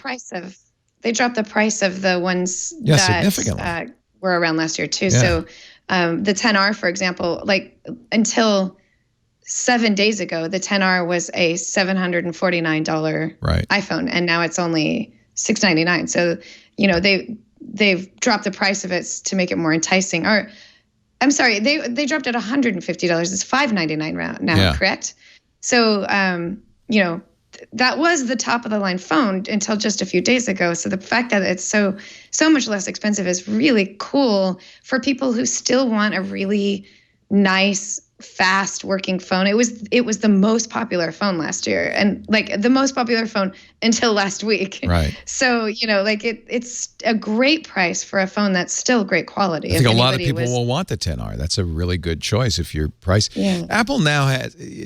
For a long time we said, Apple isn't never going to sell cheap phones. But you know what? If you look at the iPad, if you look at the iPhone, they really do have a pretty broad lineup. They don't have a $50 phone, but that 10R is a very affordable phone. And an affordable watch and an affordable iPad. Yeah, iPad. Yep. Yep. That's why I really still think that one of the greatest announcements collectively of last week was the fact that it's a lot. You can still make the complaint that Apple is not as available to people who have less money than other makes, models, and brands are. But that argument has been blunted quite a bit when you have a tablet that's as good as the Series 6 or Series 7 iPad. 7, thank you, 7 for $329, where you can't really point at something and say that, well, this is where they cut corners. When you have when they have them like keeping an older but still very, very functional watch on the price list and cutting the price down to make it more accessible. When you have when you have a mid-range Android phone now having to compete with Apple's top-of-the-range iPhone from just a year ago, that's real progress and something I'm really, really happy to see. There's no really way to know how well these are selling. I mean, I guess all you can do is look at how the shipping dates move out. Do we have a sense that these new phones are selling well? I know Ming-Chi Kuo says that the iPhone 11 Pro and the Pro Max have accounted for 55% of pre-orders, but I don't know how he would know that. I mean, smoke and mirrors, but usually the higher priced ones go on pre-order day because it's the nerds who do a lot of the pre-ordering. And then like the 10R was just steady month after month after month. But to know how well they're doing, you'd have to know how many they made. And some people do like they call stores and they ask them how many there. But Apple sells most of them, I think, especially in the Western Hemisphere, and they're very tight-lipped about that stuff. Right. But the analysts have pretty good models by now. You can't necessarily accept their words as gospel, but they're selling financial advice based on the value of this information that they're providing to clients. So it's pretty good, but it's not worthless. But you should. It's an interesting data point. Let's just say. I just never know if they're selling it to inform clients or they're selling it to get me to short so their clients can get out from underwater. Just never know. That's why reputation is everything. That's why you have to point to a track record. There is other news. Apple has put $250 million into Corning. Corning, of course, makes Gorilla Glass. They'd put $200 million into them earlier. Now another $250 million. That's part of their advanced manufacturing fund. Apple's been doing this with other partners for some time now. But that's, I I guess it's kind of proof, even though Apple doesn't use the phrase Gorilla Glass, that's what's being used in these iPhones. It's funny. So they work with Corning to make something that they put in iPhones that is, when their window of exclusivity ends, is called the new Gorilla Glass. Right. Okay, so it's the next Gorilla Glass then. Yeah. Okay. So it'll be announced as Gorilla Glass 7 or something in like 3 to 6 months. Okay, that makes sense. How about the new Apple Care monthly payment? Is there anything to say about that? They've decided to, if you want to go monthly, you can keep it going past 2 years if you want. I like it. I wonder how that works out in terms of getting your new phone. The reason that Apple Care seemed to have worked in the past is your limited time kind of takes care of your phone for the most part until you upgrade to a new one. So if you're, a holdout, if you keep an iPhone a lot longer, like a 6S or 6S Plus, how does that work as it gets to the end of the life of that phone in terms of, Apple sort of, they put certain devices into the we don't repair these anymore kind of world. And it does say in the terms and conditions that they will just cancel your Apple Care and give you 30 days notice that they're going to cancel it. But it's interesting to see that it's a warranty for your iPhone that never ends in a way. And it acknowledges that people are keeping their iPhones longer, but it is, by the way, not cheaper to do it monthly. It's $8 a month for an iPhone XR. Or $150 for 24 months. So it's not inconsiderably more expensive if you do it monthly. I paid $199 for a 2-year extension on the Pro Max, iPhone 11 Pro Max. I don't remember what the monthly was, but should people get the monthly if they think they're going to keep the phone more than 2 years? Is that the point of it? I think so. Yeah. If I had a phone that I knew I was keeping for 4, if year 3 comes along and I'm getting close to that point where, what if something goes wrong with my phone? And then I can't fix it after my Apple Care is gone. This allows me to have the security of knowing that if something were to happen, if, the port breaks or the button falls off, that I can still go back to Apple and get a repair and not have it cost a fortune. It would, kind of fit within the repair cost of things. Broken screen, for example, that you could go back into Apple after your normal Apple Care would have expired and get that screen repaired or replaced for that same price with Apple Care. So this seems like a really good idea for people who want to keep a phone a long time and don't feel particularly safe or comfortable going to third-party repair shops. They can just continue to take it to Apple, and it won't cost as much as it would to take it to Apple outside of warranty. I neglected to mention that the arcade is available to some early users of iOS 13, but everybody's going to get it Thursday, right, on the 19th when iOS 3.0 comes out. It is $4.99. Sorry. You're right. Thank you. No, correct me, but I don't know why I keep saying 3. 13.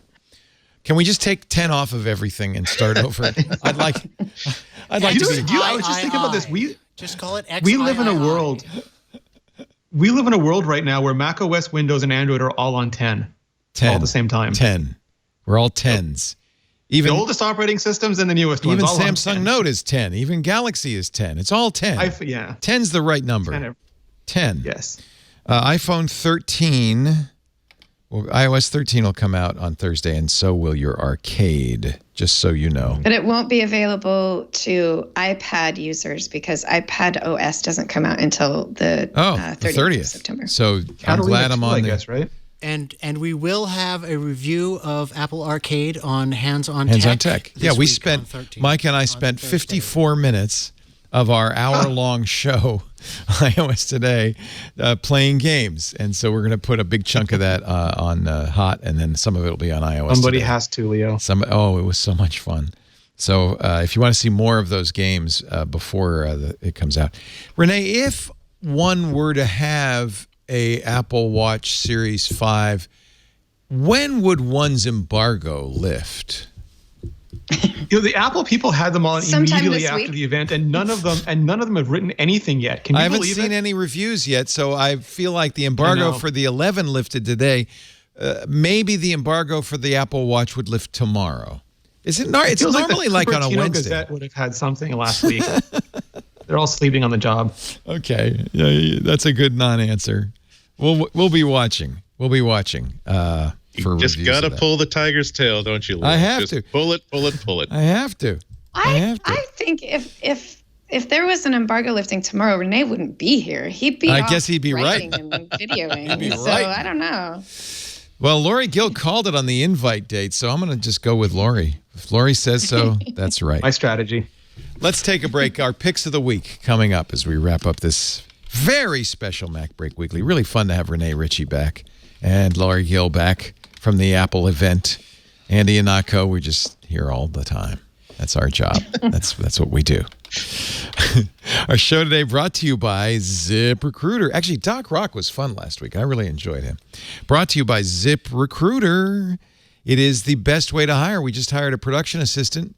Miles is brand new. How did we find him? Yeah, it was pretty easy. ZipRecruiter. See, here's the deal. When you're down a person, it's important, right, that you find the right person. You don't want to rush into it because hiring the right person is critical. A bad employee is not a good thing. A great employee can make a big difference in your company, no matter what the position. So there's that. You want to do it right, but at the same time, you're also working extra hard because you're down a person. You're like in the employee penalty box, you know. So that's the time to go to ZipRecruiter. Let's figure the right person's out there somewhere. How do you reach them? No matter where they are, ZipRecruiter is the best way because you post once on ZipRecruiter and you're posting to 100+ job sites, plus social media like Twitter and Facebook. So you're getting that word out everywhere. And then something magical happens. ZipRecruiter doesn't depend on candidates finding you. It finds them for you. Its technology identifies people in their big database of resumes that have the right experience, then invites them to apply to your job. So it means when we post on ZipRecruiter, we get really good candidates right away, on average, in just a day. Hiring, you need it to happen fast. They have, you've probably seen the ads with Dylan Miskowitz, Cafe Altura. He had to hire a director of coffee. Where do you find a director of coffee? It's an organic coffee company. Was having a hard time finding qualified candidates. He switched to ZipRecruiter. Found his new director of coffee in just a few days. Our experience has been exactly the same. 4 out of 5 employers who post on ZipRecruiter get a quality candidate within the first day. Dylan said he was impressed by how quickly he had great candidates apply. I'll say the same. It's really great. See why ZipRecruiter is effective for businesses of all sizes. Try ZipRecruiter free at our web address, special address, ZipRecruiter.com/MacBreak. ZipRecruiter.com/MacBreak. You're letting them know you saw it here. And, of course, we thank them for their support. ZipRecruiter, ZipRecruiter.com/MacBreak. ZipRecruiter really is the smartest way to hire. Thank you, ZipRecruiter. I'm going to start picks. I never get to start. I always end. I'm going to start. Yay. Do it. I was just really pleased to see, and I don't know when this came out, but do you remember a little text editor for Mac OS called Textmate? Do you remember that? It was the greatest, right? It was the best Ruby editor. I just loved it. Not only is it still around, they just released the final 2.0. It's been in beta for some time. Textmate lives from Macromates. It's free. It's got a whole bunch of great tools and plugins. I have always loved it, and I just want to let everybody know. I thought it was long gone. It is not. They've been in beta with 2.0 since Yosemite, I think. But now they're out officially, 2.0. Thank you, Macromates. I think Macromates is really just one guy. But you can pay for it if you want. I paid for it ages ago, $57. It's the missing editor, but you can also use it for free, and I think it is fantastic. Highly recommend it. Andy Ihnatko, what do you got for us? Kind of a new favorite app on the iPhone. So we've been talking a lot about like night shot and long exposures today. Recently, I found out that the makers of the Halide app have come out with an app called Spectre, which is all about long exposure. And what I love about it is, number one, it has the same sort of UI vibe as Halide. It just looks like I wish that my toaster behaved as well as this app does. It's just so satisfying to use this camera app, but also that they really have thought about why do people want long exposures, and so that they have built in auto sensing modes for everything. So do we want the long exposure because it's at night and there isn't much light? Great, do that. That's fine. And not only that, but we will also automatically stabilize the camera and give you a nice little like interactive sort of dingus on the screen, so you can see how steadily you're holding the camera. Or if you're on a tripod, we'll sense that we'll sense that as well, and then we'll go absolutely nuts and unlock all kinds of new processing that we can do for you. Sometimes people want long exposure because they want to see like a night shot where you can see trails of headlights and taillights, or of moving water, so you actually see the flowing of the water. Well, great, they can actually do that as well. And sometimes you do it because you want to do this Photoshop trick where you lean your phone against something absolutely stationary at like Disney World, and then you take like a cajillion photos, and then you basically tell Photoshop, give me a composite of all these 200 photos in which all the pixels that never change that are common from time to time remain the same. And so you wind up with a shot of Disney World with no people or no moving anything inside it. And we'll do that as well. And it's $3. It's one of these apps where it's one of the reasons why, beyond the hardware of the iPhone's camera and beyond the processing that its image processor does, the iPhone seems to attract a lot of people who take photography seriously and who want to have lots and lots of fun taking pictures. So some of the best pictures that I ever take, or maybe some of the favorite pictures I ever take, are when like my rideshare is a little bit late, or someone is a little bit late. I've got some time just to hang around, but I've got like at least a half charge on my phone, and I'm saying, okay, let's see if this camera can do this, or hey, this is kind of interesting how the sun is reflecting off of that building, and I bet that I can't get a good picture of it, but let's see what we can do with it. And having it a $3 app like Spectre on your phone means that you can spend more time like that playing around with what your camera can do, and then finding out that, oh my God, 3 weeks later you forgot you took the picture. Like, wow, how did I get that picture? That was amazing. So $3, super, super fun. You'll really, really enjoy playing with this app. And also, I want to see the developers of apps like this have $3. I want to see them have consistently more than $3, but it pleases me a lot to know that I have given them $3, of which they are allowed to keep most of it from Apple. I agree. From Lux Optics, the makers of Halide, Spectre with a RE, not an ER. Mix that with the night mode of the new iPhones. Man, I know. I can't wait. It's probably going to be pretty impressive. Yeah. If you go to the blog for the Halide camera app, they've done their own like little discussion of the new hardware features and the new capabilities of the camera of the new iPhone's cameras without having their hands without officially having their hands on any hardware that they're willing to acknowledge. But this is why I'm super, super excited to see what the next edition of Halide is going to be like, because when they take advantage of all the new things that are available, including like a new the highest shutter speed of the new iPhone is something like 125,000th of a second, up from like 40,000th of a second. It's like, oh, you could do interesting things with that, could you not? Especially if you were a clever developer who has lots of experience in writing camera apps for the iPhone. Yeah, can't wait to see. The guy who made Twitter for Mac, and the guy who made the original Find My Friends. They know their stuff. Renee, your pick of the week. So I realize that we're talking about all these new phones, and whenever we do that, I'm conscientious that not everybody updates. They're not upset about it. They're just like, I'm going to wait a few years, and then when I'm ready, I'll get my next phone. But like Lori said, they might be looking at that battery life real jealous, a little bit sideways. But Apple makes battery cases for many of the iPhones. I think going all the way back to iPhone 7, and they're currently available for the 10R, which is still being sold, but also the 10S and the 10S Max, if those are the phones that you have. And this is like slapping a whole other phone on the back of your phone, but not having to carry around a much heavier double phone all the time. You put it on when you need it. I was using it religiously, not just for Pokemon Go Community Day, but also for traveling, especially when I was roaming, because the networks away are never like the networks at home. And the radio just gets hot trying to keep a connection, and your battery goes down, and airports have lousy service, and sometimes your hotel has lousy reception. It's a nightmare for battery life. And one of these cases just makes it so much easier to suffer with all those sorts of circumstances. They're not cheap, but they're not overly expensive, and they've typically just doubled the useful battery life of my device. So I put them on when I need them, take them off when I don't, and I love them. I noticed they don't make them for the 11. Not yet. It took them until December to make them for the 7, until January to make them for the 10S and 10S Max. They are the same size. You will fit in them, but they will cover up your flash. Right. And half the camera from the, the But it Pro. is just So rubber. You could cut it, I suppose. It would be ugly. But. Some people have said that, but I'm never going to suggest it because I don't know if there's some sort of like alien blood in there or something. Yeah.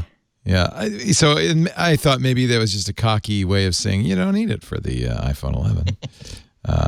I would not recommend. Like if your phone is. Go ahead. So I was going to say, like, if your phone, if it's just not getting the life you want, or you're jealous of the life the new ones always seem to get, it's just a great way to spend, $100 instead of $1,000 and get really good battery life. Gardner in our chat room says your video is done. Yes, it finally. It was like I called it the new Night King, and I think YouTube punished me by putting up a wall. What is your video? It's Vector? Yeah, it's Vector. It's the iPhone 11 Pro version, and in this one, I don't talk about like the interfaces. I did that all in the iPhone 11 review, but this is like all the machine learning and how all the stuff just works in the new phones. The new Night King. I want to see this as soon as the show is over. I shall be watching. His video is up at imore.com/vector. Lori Gill, your pick of the week. So around the time of the iPhone event gets very stressful. As fun as it is, there's a lot to do. And I use an app, and they have an online version called My Noise. And it's a sound generator that creates soundscapes, but it's more than just listening to a handful of tones. You actually can manipulate each sound that comes from this one soundscape, so you can listen to certain tones louder than others. And it's perfect for any number of different things. If you go to the online noises section, you can listen to all of the noises available in the online noises section without having to spend any extra money on it. In the app, I think it gives you about a dozen that you can listen to for free. And if you wanted to donate some money to them, you get access to all of the same noises. And so they go by things to listen to help you go to sleep, white noise to help you cut out outside sound. There's soundscapes for listening to the sound of construction, and people go out into. This is the Irish coast, and I just turned up the waves. Let me turn up the rain. Riders on the storm. Into this world we're born. Let me get the rumble of the wind. It's really gonna be a windy day today, riders. This is fun. I love this. Yeah. So it is an app. These are recorded by people who go. I follow them on Twitter as well, and people go out and they sit there with these high quality microphones and they capture these sounds. It's not computer generated audio. This is like high quality soundscapes that you can manipulate the way. And one of my favorite, Andy, you're gonna like this one. I believe it's called Starship, and it is the sounds. It's representative of the sounds that you would hear on the Enterprise, and it has all of the bleeps and blops. But it also where did they record that? A low hum. This is nice. This is a Gregorian chants, and I could turn up the bell. I could turn up Canon A. I could turn up the reverb on A or turn it down.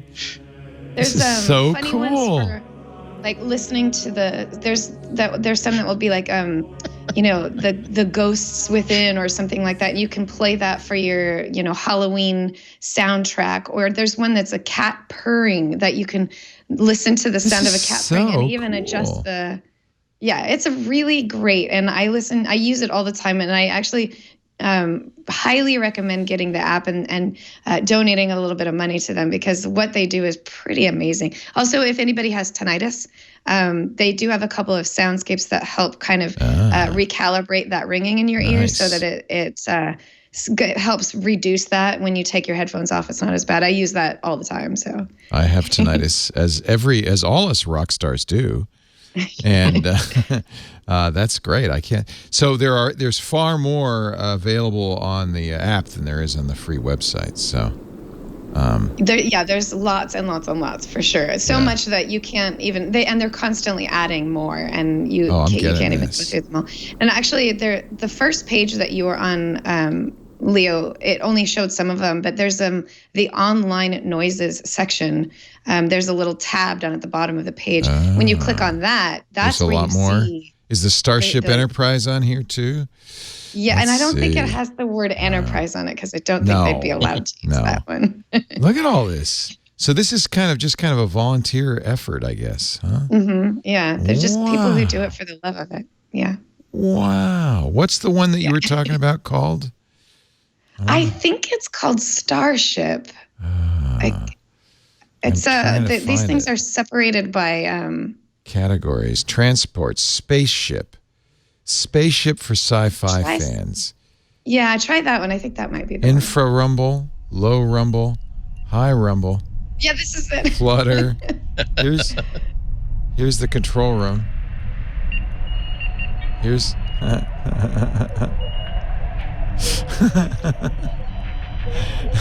background, you close your eyes, you can even hear Riker hitting on someone. Oh, this is so cool. There's the low rumble.